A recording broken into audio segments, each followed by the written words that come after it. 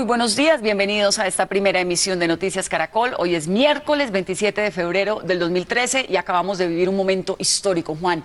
La bendición desde el Vaticano de su Santidad Benedicto XVI en la última audiencia pública que veremos. Desde la Plaza de San Pedro, pues vamos a estar haciendo un cubrimiento especial aquí en Noticias Caracol, justamente desde el Vaticano, a propósito de la última audiencia pública de Benedicto XVI, que a partir de mañana a las 8 de la noche será expapa. Exactamente, y vamos en vivo al Vaticano con nuestra enviada especial Margarita Rojas, quien vivió de cerca este histórico momento. Margarita, adelante, detalles de esta última audiencia de Benedicto XVI. Hola Vanessa, buenos días. Ha sido una jornada histórica, como usted menciona, acompañada por un sol radiante, por un cielo absolutamente azul y despejado que ha emocionado al Papa Benedicto XVI, según lo expresaba antes de iniciar su pronunciamiento, su intervención, su discurso, su catequesis, que ha sido todo al mismo tiempo en el marco de esta última audiencia general en la Plaza de San Pedro. El Papa ha ingresado primero a bordo del papamóvil y ha dado una vuelta por toda la plaza para estar más cerca de los fieles que acudieron desde muy temprano, venidos no solo de Roma, de otras ciudades de Italia, de Europa y de todo el mundo para presenciar esta jornada, su despedida pública, que así podría decirse. Ha estado saludando a todos los presentes, ha tenido especial deferencia con los niños que presenciaban el evento y luego ha saludado a todo el colegio cardenalicio, a todos los miembros de la Curia Vaticana que ya están aquí en Roma para darle un adiós y por supuesto para prepararse para el cónclave, la elección del próximo pontífice. Luego ha iniciado su esperada intervención en italiano, que precedió a unos saludos en muchos otros idiomas, incluido el español. Pero este discurso central, estas palabras que todos esperábamos con muchísimo interés, han estado centrados en ese momento, en ese día de abril del 2005, en el que habló con Dios y le dijo: ¿por qué me eliges para esto? Si tengo un gran peso en mi espalda, si tú así lo decides, pues yo lo aceptaré. Y ha dicho: nunca me he sentido solo, siempre he sentido la guía de Dios y siempre he sentido el acompañamiento de la Iglesia, porque el Papa no está solo. Hacía una reflexión diciendo que la barca de la cual ha tenido que conducir en estos 8 años no le pertenece a él ni a la Iglesia, incluso le pertenece a Dios. Por eso dice: ahora se retirará, con la promesa de que no estará aparte, de que seguirá en oración y seguirá acompañando la vida de la Iglesia. Estos son algunos de los apartes de estas palabras de Benedicto XVI, con las cuales se despide de sus fieles de la diócesis de Roma y con los cuales se despide también en forma oficial de los fieles de todo el mundo.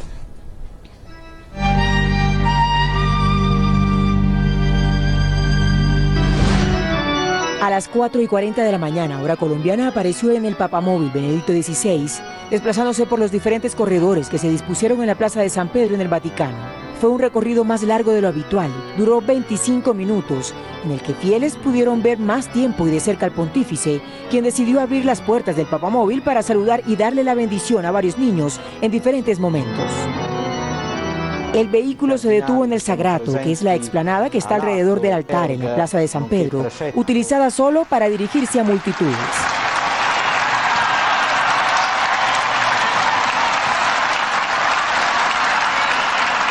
Inmediatamente comenzó la lectura del Evangelio, que se hizo en diferentes idiomas. In nomine Patris et Filii et Spiritus Sancti. Y comenzaron las palabras del Santo Padre.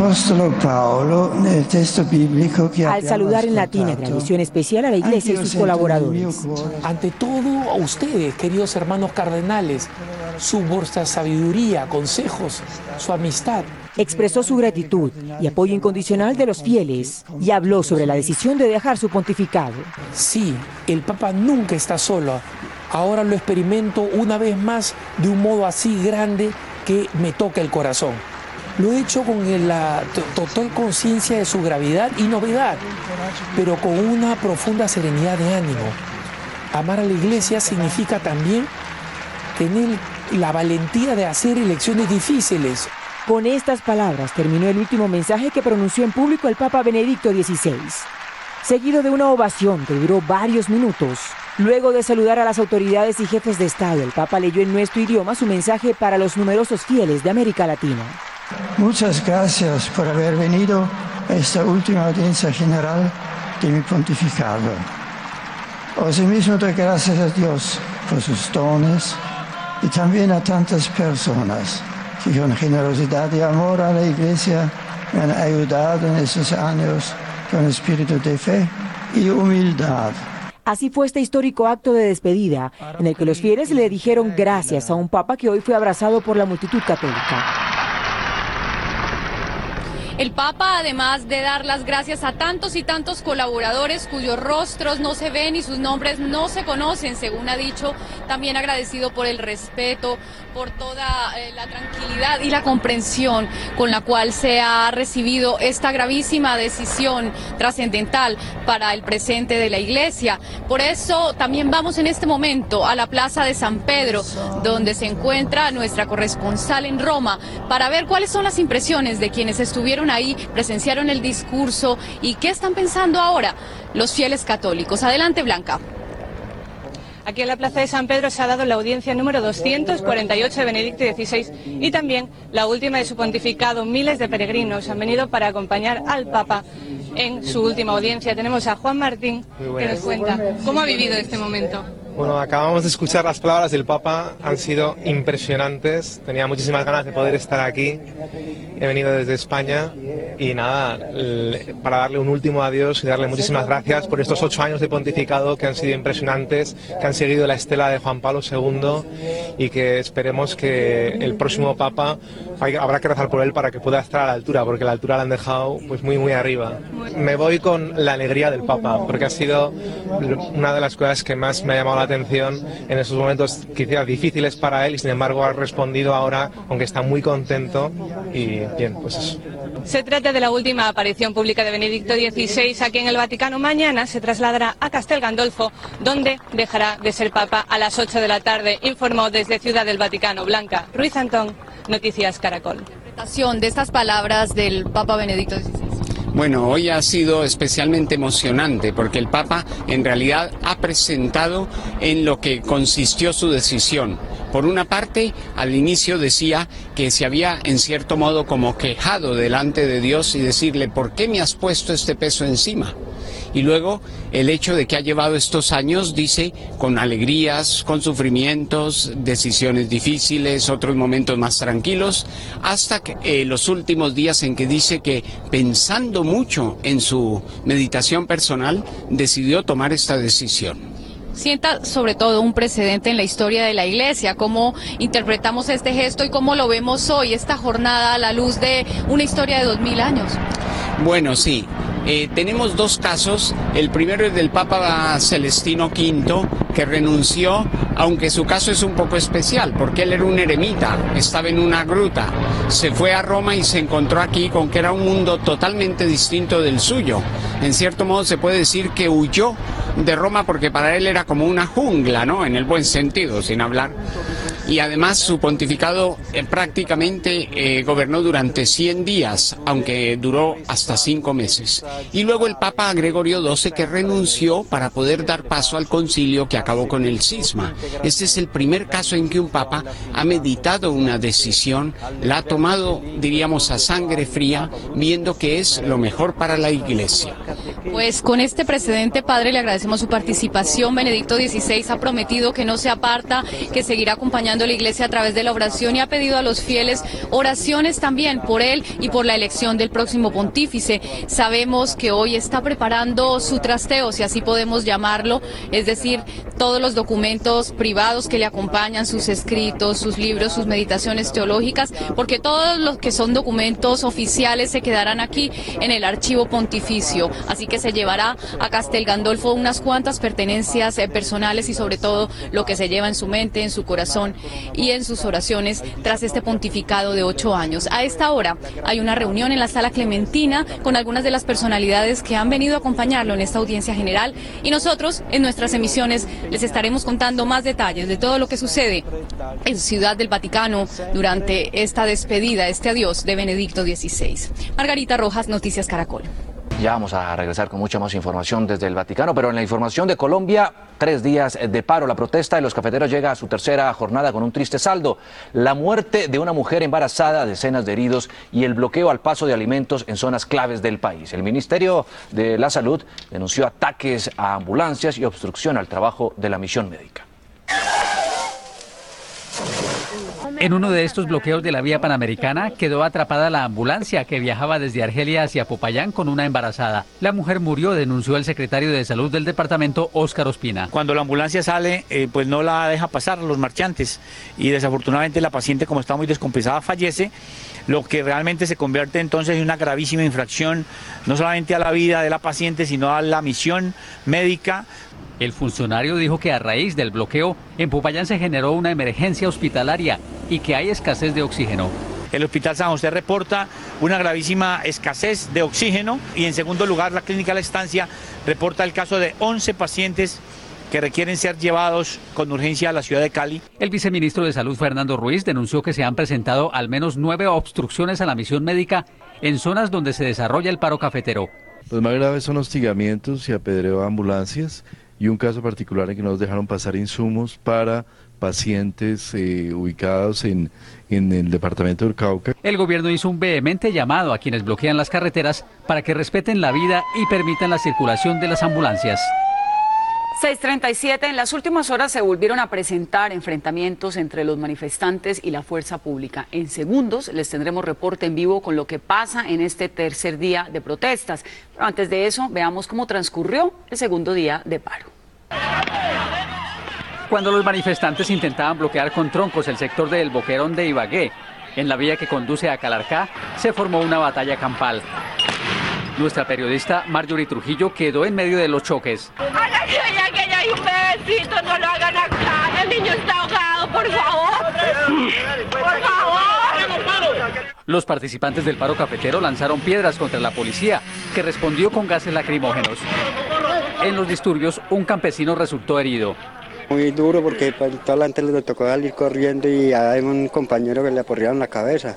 Durante 40 minutos la vía a la línea estuvo cerrada. Y al otro lado de la montaña, ya en el municipio de Calarcá, en el Quindío, solo permanecieron unos 200 manifestantes al lado y lado de la carretera y el tránsito fluyó normalmente.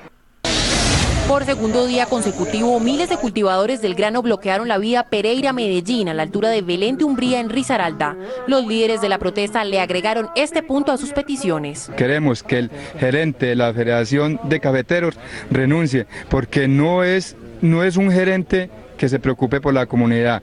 La carretera que de Pereira conduce a Quibdó también está cerrada. Unidades del Escuadrón Antidisturbios despejaron la vía Neiva-Bogotá, ocupada más de 24 horas por productores de café. Sin embargo, en Garzón, la vía que conduce al sur del Huila y a Florencia, permanece cerrada. Allí se registraron nuevos disturbios. Una ambulancia fue atacada a piedra, denunciaron las autoridades.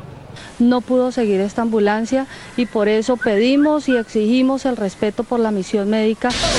2 marchas realizaron caficultores en Bolombolo, un corregimiento de Venecia, Antioquia. Los productores dicen que prefieren estar en la protesta antes que estar en sus fincas porque siempre trabajan a pérdida.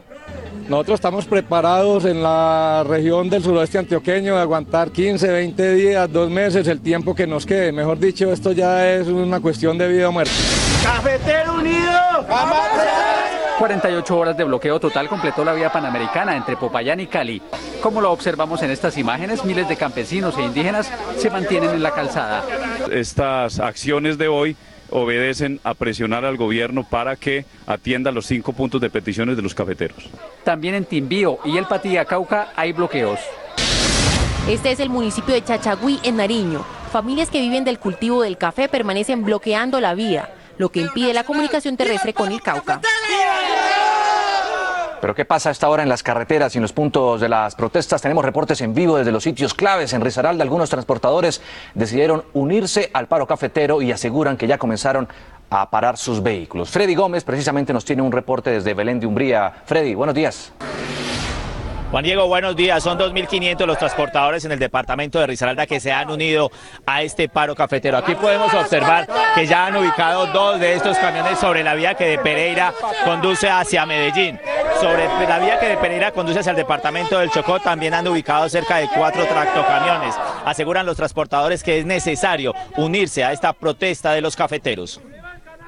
Vamos a hacer una unión porque este paro nos está perjudicando, este tema del café nos está perjudicando a todos.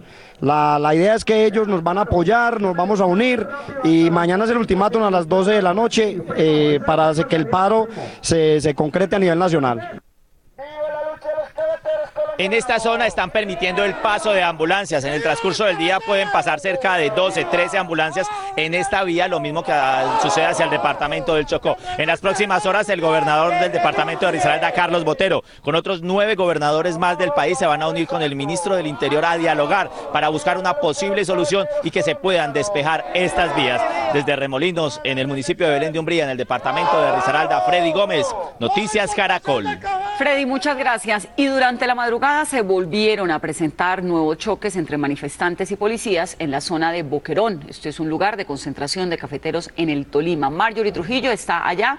Marjorie, ¿cuál es la situación a esta hora? Buenos días. Hola Vanessa, buenos días. Pues a esta hora ya retornó la normalidad a este sector. Los enfrentamientos que se presentaron anoche fueron exactamente en Coello Cocora, que queda ubicado más o menos a 20 minutos del sitio donde estamos ubicados en este momento. Allí los manifestantes salieron, pincharon algunos vehículos, los atravesaron sobre la vía, los antimotines reaccionaron, de nuevo se lanzaron gases y la vía más o menos duró cerrada hora y media, pero ya después de esa hora y media fue reabierta. En este momento de nuevo continuó en Boquerón con cerca de 2.500 campesinos que vienen de diferentes municipios del Tolima y ellos hoy me manifestaban algo que están preocupados porque a diferencia de ayer, hoy no pudieron tomar caldito por la mañana. ¿Qué fue lo que pasó? Ayer llegó los antimotines y nos acabaron con todos los alimentos que teníamos nosotros, nos botaron la carne, todo lo que teníamos, estamos absolutamente sin nada hoy para el día de hoy. ¿Y la noche cómo la pasaron? Porque ustedes están allá abajo organizados en unos cambuchitos. ¿Qué pasó anoche? ¿Cómo pasaron la noche? Horrible porque nos acabaron con los cambuches, nos botaron todo, nos tocó amanecer por ahí como el cuento, a los gallos porque no hubo que extender ni nada. Mire, exigimos que nos respeten los derechos humanos. Ahora, también las autoridades han hecho un llamado de atención a estos campesinos, a estos cafeteros que se encuentran acá, porque en los enfrentamientos de ayer quedaron unos niños metidos en medio de ello. Entonces es esa petición especial a los cafeteros que no traigan niños a esto, que no los metan en este problema, porque en cualquier momento se presentan enfrentamientos y quedan ellos que no tienen nada que ver en medio de las protestas. Como les decía, la vía al alto de la línea se encuentra con una movilidad perfecta. A esta hora la calma reina, están esperando ellos a ver si alguien les colabora para traerles desayuno, porque pues ayer en los enfrentamientos perdieron toda su comida, sus ollas y su leña. Yo me despido más adelante con más información desde Boquerón. Marjorie Trujillo, Noticias Caracol. Se mueve entonces el tráfico normalmente en la línea. Muchas gracias a Marjorie. Vamos ahora al departamento de Antioquia. Los caficultores aseguran que permanecerán concentrados el tiempo que sea necesario hasta que reciban una respuesta positiva a sus peticiones por parte del gobierno nacional. Juan Pablo López está allí y nos cuenta qué pasa con el paro cafetero en esa región. Juan, buenos días. Hola Juan Diego, buenos días. Tercer día de paro aquí en el suroeste de Antioquia, en el corregimiento de Bolombolo del municipio de Venecia. Aquí en el suroeste se ha concentrado la mayor cantidad de caficultores y aquí han permanecido cerca de 4.000 personas. Don Germán, que es uno de los líderes cafeteros y que también está en esta protesta. ¿Cómo va la movilización? Buenos días. Muy buenos días Colombia. Hemos estado dando ejemplo en Antioquia, en el suroeste antioqueño. El presidente de la República estuvo reunido con nosotros en Hispania. Gracias a Dios estuvo con el ministro de Agricultura y el gerente de Finagro. Que no nos digan que buscamos diálogo, que no buscamos diálogo. Nosotros buscamos el diálogo y el presidente de la República quedó que con el ministro de Agricultura nos mandaba una cita a Bogotá y en ningún momento la cita llegó. Lo que está ocurriendo en Colombia es culpa del ministro de Agricultura y el mismo presidente que está muy terco, porque nosotros buscamos el diálogo. Ahí está el presidente de la Cámara, el doctor Augusto Posada, que lo tengo de testigo, que lo he buscado 3, 4, 5 veces. Me ha contestado la llamada de mucha buena gana, pero nunca nos ha hecho el contacto con el presidente. Lo que está ocurriendo en este país es culpa del mismo Estado por la terquedad. Es otra cosa. Vamos a cerrar las fincas cafeteras. No sé qué. Bueno, es la molestia de algunos de esos manifestantes contra el gobierno en el paro cafetero. Y pasamos ahora al departamento del Quindío. En Calarcá está nuestro enviado especial Henry González. Henry, ¿cuál es la situación a esta hora? Buenos días.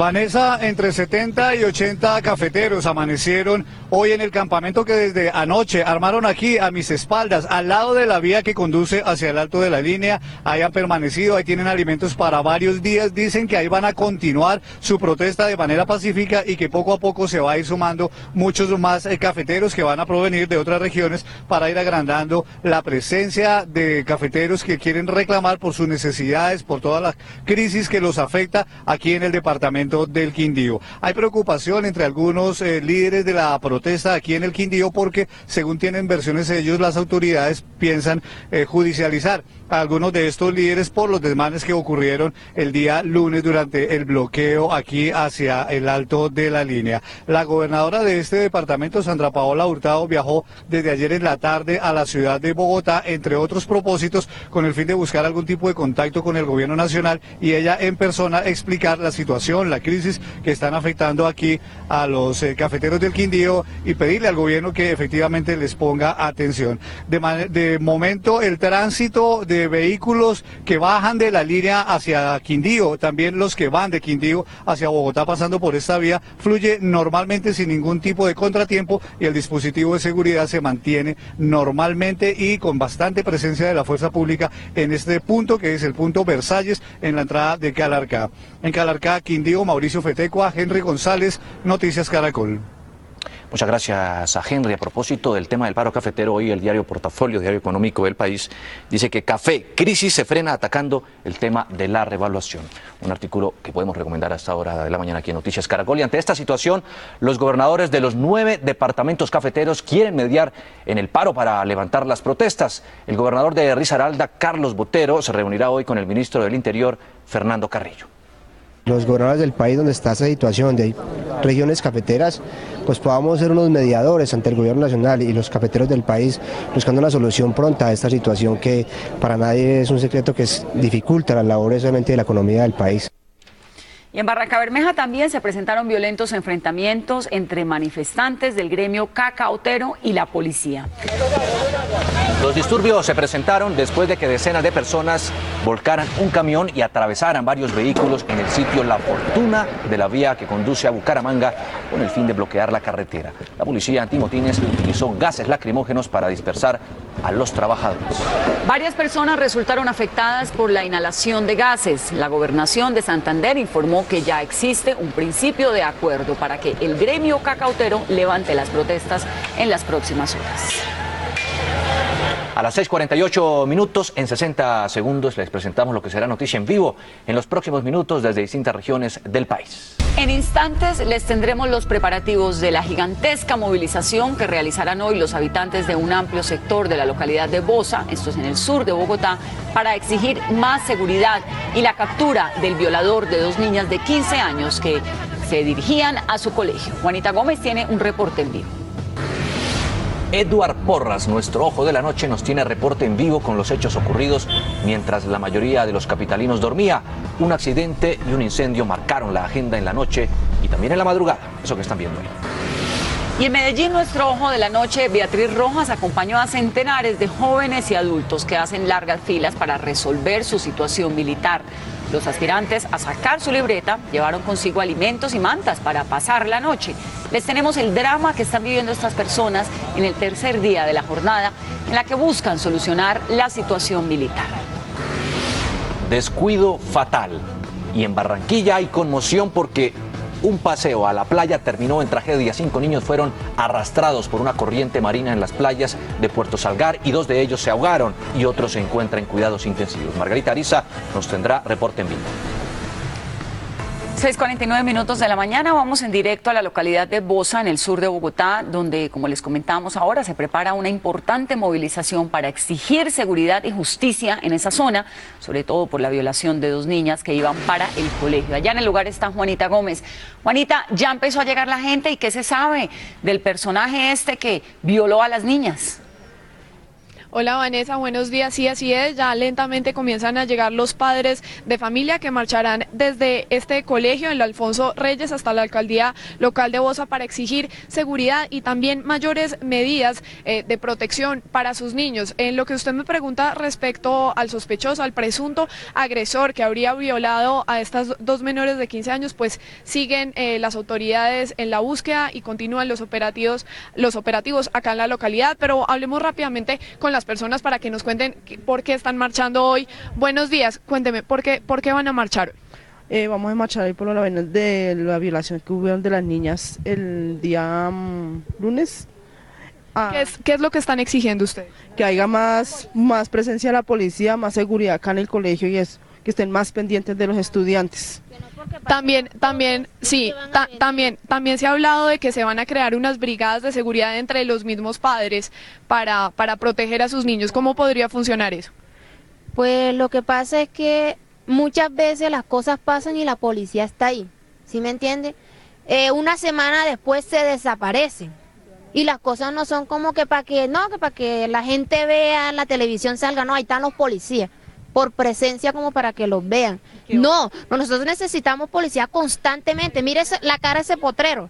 Ahora mismo usted lo ve, no hay un policía por ahí. Muchas gracias. Precisamente vamos a recordar en este momento qué es lo que ha pasado en el sector.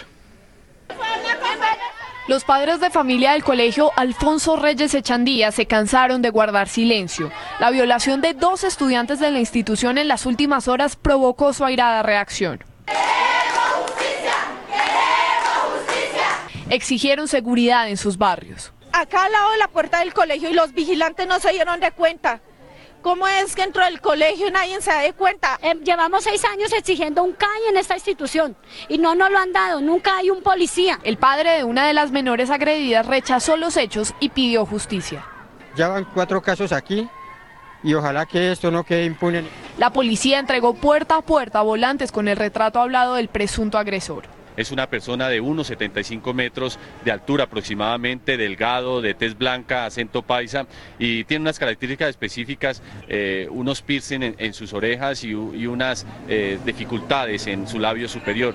Las autoridades también ofrecieron una recompensa de 20 millones de pesos para quien suministre información que permita la captura del hombre. En los operativos de búsqueda trabajan 4 grupos de inteligencia y policía de vigilancia. La marcha comenzará hacia las 8 de la mañana y lo que sí nos han dicho los padres es que aunque están pidiendo mucha presencia de la policía, ellos se van a unir en brigadas de seguridad para que sus niños nunca estén solos, especialmente en el camino que conecta al colegio. Muchas gracias a Juanita Gómez por esa información y la Fiscalía justamente investiga la muerte de un niño que supuestamente estaba jugando con un arma de fuego en el sur de Bogotá. Las autoridades llamaron a los padres de familia a extremar los cuidados con sus hijos.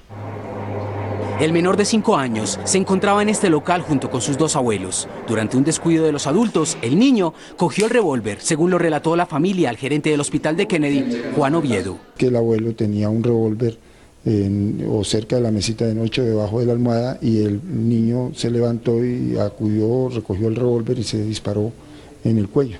De inmediato fue trasladado al hospital de Kennedy, donde finalmente murió. Comprometiendo las vías respiratorias y impidiendo que nosotros pudiéramos hacer maniobras de reanimación al paciente. La investigación de la policía permitió establecer que el revólver con que se registró el accidente es ilegal, por lo que el abuelo del pequeño, al parecer propietario del arma, deberá responder por el hecho. Tener armas de fuego en la casa es un generador de violencia. Si todos nos remitimos a las películas o a los dibujos animados que muestran el uso de este tipo de elementos, son generadores de violencia e incitan a que los niños tengan una actitud violenta. Insistió en importantes recomendaciones. Nunca dejarlas cargadas. Los niños son curiosos, para ellos todo es un juego, entonces es importante decirles que es una arma de fuego que no la deben utilizar. Según las fuerzas militares, en Colombia hay 850.000 armas de fuego legales y de acuerdo con las autoridades, ese número se multiplicaría por 3 para establecer la cifra de armas ilegales que circulan en el país. César Chaparro Pinzón, Noticias Caracol.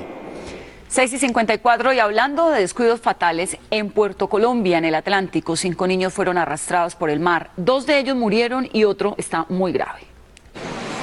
En esta playa de Puerto Colombia Atlántico disfrutaban de un baño 5 niños junto a sus padres. Cuenta un testigo que los gritos de varias personas alertaron a los habitantes del sector. El señor acá montado por las piedras y la gente corriendo hacia arriba, hacia abajo pidiendo auxilio. Álvaro Ferrer señaló que los niños estaban siendo arrastrados por el oleaje y que al ver a sus padres impotentes decidió con su hermano rescatar a los menores. Cuando rescatamos el primer niño, el niño llega sin signos vitales. Cuando nosotros vamos con la nena, de aquí para allá en camino, la nena llevaba pulso. Cuando nosotros llegamos allá, ya la nena, los médicos ya dicen que ya no tenía signos vitales. Un niño de 11 años y una niña de 10 murieron antes de recibir atención médica.